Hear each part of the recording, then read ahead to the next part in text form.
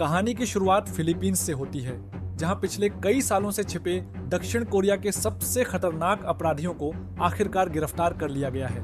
ये कोई आम चोर या लुटेरे नहीं, बल्कि गैंग लीडर, सीरियल किलर और ऐसे अपराधी हैं जिनके नाम से पुलिस तक कांपती है। अदालत फैसला करती है कि इन सभी को एक विशेष कार्गो जहाज के जरिए वापस दक्षिण कोरिया ले जाया जाएगा, ताकि वहां इन पर मुकदमा चल सके। सरकार को लगता है कि समुद्र का रास्ता सबसे सुरक्षित रहेगा।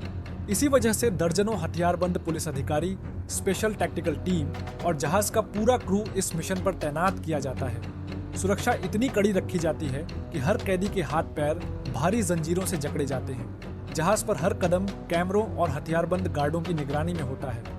ऊपर से देखने पर सब कुछ कंट्रोल में दिखाई देता है, लेकिन नीचे कैदियों की आंखों में कुछ और ही चल रहा होता है। इन्हीं कैदियों में एक ऐसा नाम है जिस पर पुलिस की सबसे ज्यादा नजर रहती है। वह बाहर से बिल्कुल शांत दिखाई देता है, लेकिन उसकी खामोशी ही सबसे बड़ा खतरा है। दूसरी तरफ कुछ कैदी लगातार इशारों में एक दूसरे से बात करते रहते हैं, मानो वे पहले से किसी बड़े प्लान का हिस्सा हो। पुलिस उनकी हर हरकत पर शक करती है, लेकिन कोई ठोस सबूत नहीं मिलता। उधर जहाज के अंदर कुछ अधिकारी इस मिशन को सिर्फ एक ट्रांसफर ऑपरेशन मान रहे होते हैं। उन्हें लगता है कि एक बार जहाज खुले समुद्र में पहुंच गया तो अब कोई समस्या नहीं आएगी, लेकिन वे यह नहीं जानते कि दुश्मन सिर्फ हथकड़ियों में बंद कैदी नहीं है। किसी ने इस पूरे ऑपरेशन की जानकारी पहले ही लीक कर दी है। बाहर बैठे कुछ लोग लगातार जहाज की गतिविधियों पर नजर रख रहे हैं और उनका मकसद सिर्फ एक है, इन अपराधियों को किसी भी कीमत पर छुड़ाना। जैसे जैसे जहाज समुद्र के बीचों बीच पहुंचता है, माहौल और भी भारी होने लगता है। कुछ पुलिस अधिकारी छोटी छोटी अजीब घटनाओं को नोटिस करते हैं। कहीं सुरक्षा प्रणाली कुछ सेकंड के लिए बंद हो जाती है, तो कहीं जहाज के अंदर ऐसे लोग दिखाई देते हैं जिन्हें वहां नहीं होना चाहिए। लेकिन हर बार कोई ना कोई बहाना बनाकर बात को दबा दिया जाता है। फिर गार्ड अपनी बंदूकें संभाल लेते हैं और कैदियों के चेहरों पर पहली बार मुस्कान दिखाई देती है। उन्हें जैसे इसी पल का इंतजार था। छोटी सी गलती भी दर्जनों लोगों की जान ले सकती है, लेकिन खतरा सिर्फ कैदियों तक सीमित नहीं था। उसी समय कुछ रहस्यमयी लोग जहाज के अंदर पहले से मौजूद दिखाई देते हैं। बाहर से वे आम क्रू मेंबर लगते हैं, लेकिन उनकी हर हरकत बताती है कि वे किसी बड़े मिशन पर हैं। वे लगातार सही समय का इंतजार कर रहे हैं। दूसरी तरफ कुछ पुलिस अधिकारी महसूस करते हैं कि सुरक्षा व्यवस्था में छोटी छोटी गड़बड़ियां होने लगी हैं। कहीं कैमरे कुछ सेकंड के लिए बंद हो जाते हैं, तो कहीं लॉकिंग सिस्टम अचानक रिस्पॉन्ड करना बंद कर देता है। इसी बीच जोंग डू अपने साथी अपराधियों को बेहद हल्के इशारों से संकेत देता है। पुलिस को लगता है कि वे बस एक दूसरे को देख रहे हैं, लेकिन असल में पूरा प्लान शुरू हो चुका होता है। कुछ सेकंड बाद एक पुलिस अधिकारी पर पीछे से हमला होता है। उसकी चाबी छीन ली जाती है और देखते ही देखते पहली हथकड़ी खुल जाती है। जैसे ही एक कैदी आजाद होता है, वह बिजली की रफ्तार से दूसरे गार्ड पर टूट पड़ता है।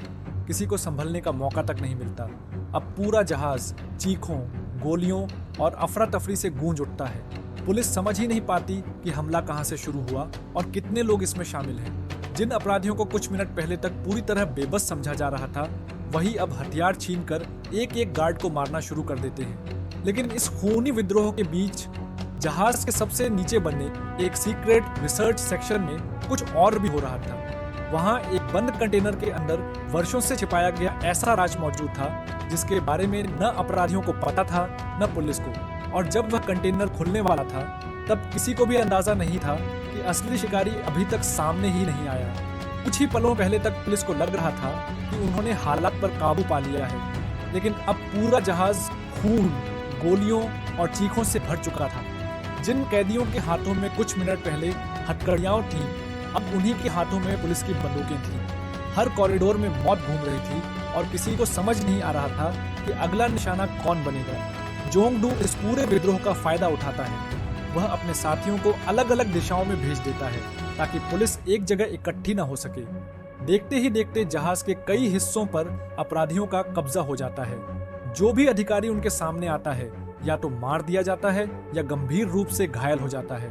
उधर कुछ ईमानदार पुलिस अधिकारी हार मानने को तैयार नहीं थे। वे बचे हुए लोगों को इकट्ठा करते हैं और जहाज के कंट्रोल रूम तक पहुंचने की कोशिश करते हैं। उनका लक्ष्य साफ था, किसी भी तरह जहाज का नियंत्रण वापस लेना और बाहर मदद का संदेश भेजना। लेकिन रास्ते में हर मोड़ पर उनका सामना हथियारबंद अपराधियों से होता है। हर मिनट उनके साथियों की संख्या कम होती जा रही थी। इसी अफरा तफरी के बीच जहाज के सबसे निचले हिस्से में मौजूद एक गुप्त प्रयोगशाला का दरवाजा क्षतिग्रस्त हो जाता है। वर्षों से छिपाकर रखा गया एक प्रयोग अब नियंत्रण से बाहर होने लगता है।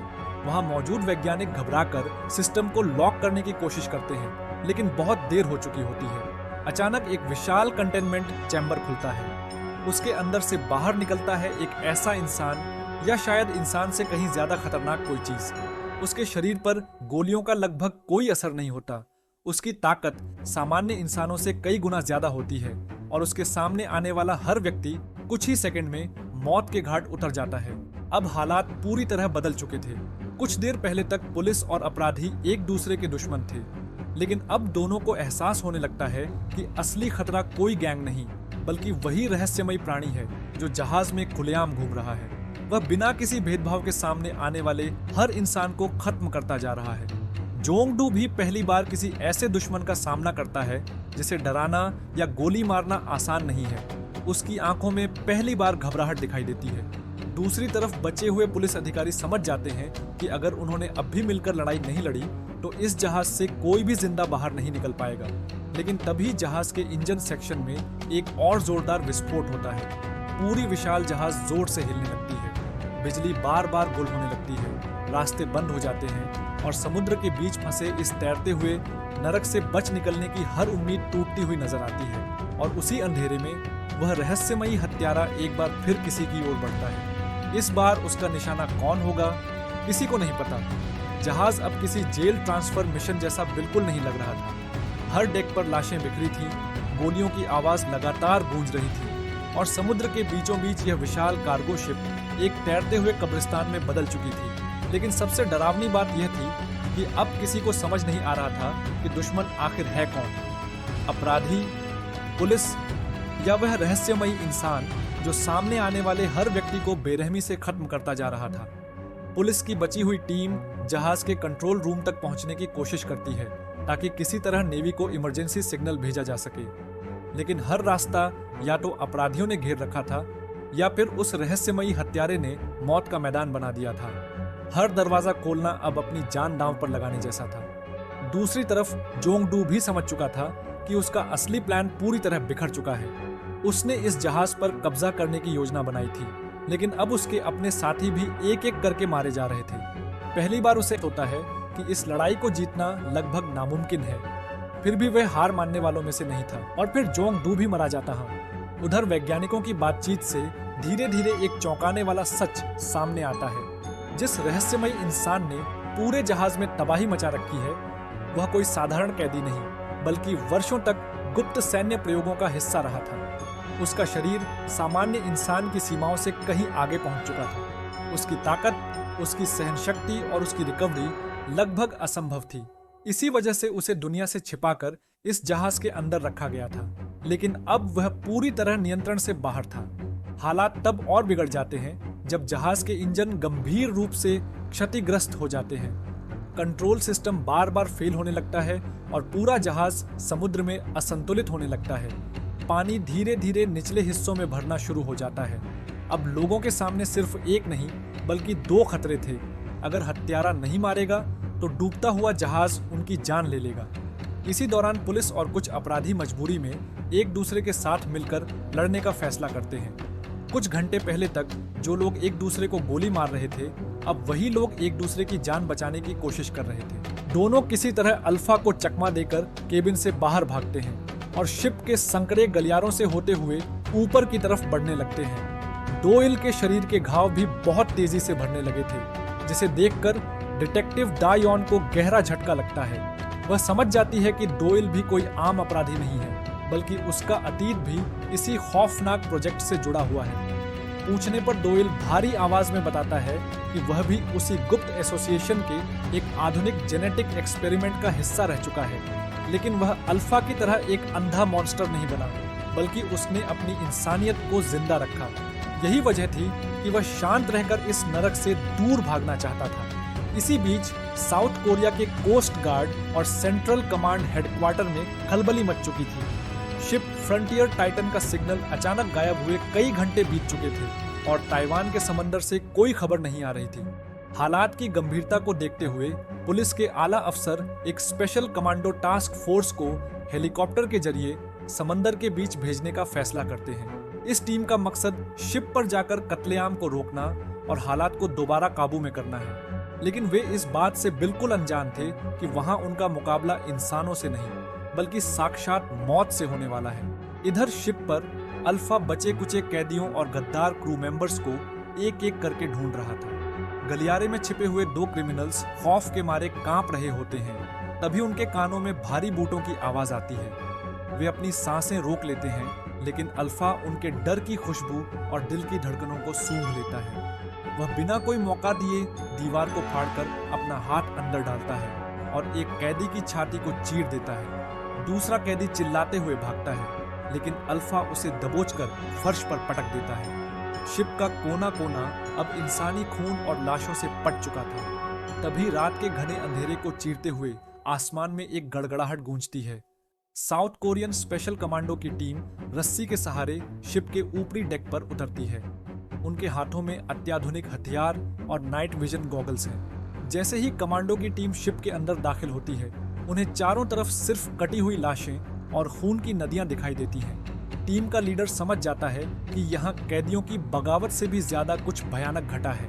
वे बेहद सावधानी से आगे बढ़ रहे होते हैं। तभी अचानक उनके हेडफोन में एक डरावनी घिसटने की आवाज सुनाई देती है। अल्फा ने नए शिकार की खुशबू सूंघ ली थी।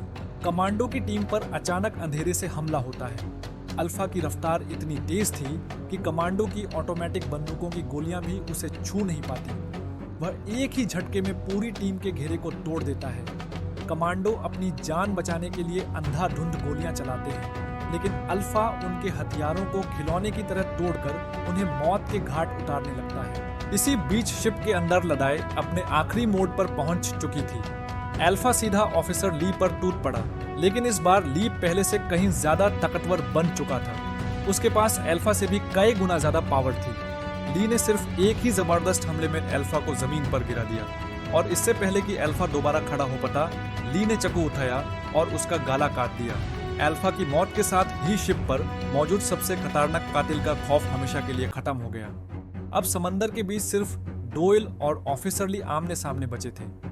तभी दोनों के बीच जिंदगी और मौत की आखिरी जंग शुरू हो गई। ली डोयल को मारने की पूरी कोशिश करता है, लेकिन डोयल भी किसी से कम नहीं था। उसके दिल में अपनी बीवी और बेटे का बदला अब भी बाकी था। वह बार बार ली पर हमला करता रहा, लेकिन ली की ताकत के सामने कुछ देर के लिए डोयल कमजोर पड़ गया। जैसे ही ली उसका काम तमाम करने वाला था, उसने आखिरी बार कहा, बाबा वो तुम्हारा बच्चा था। यह सुनते ही डोयल के अंदर दबा हुआ सारा गुस्सा फूट पड़ा।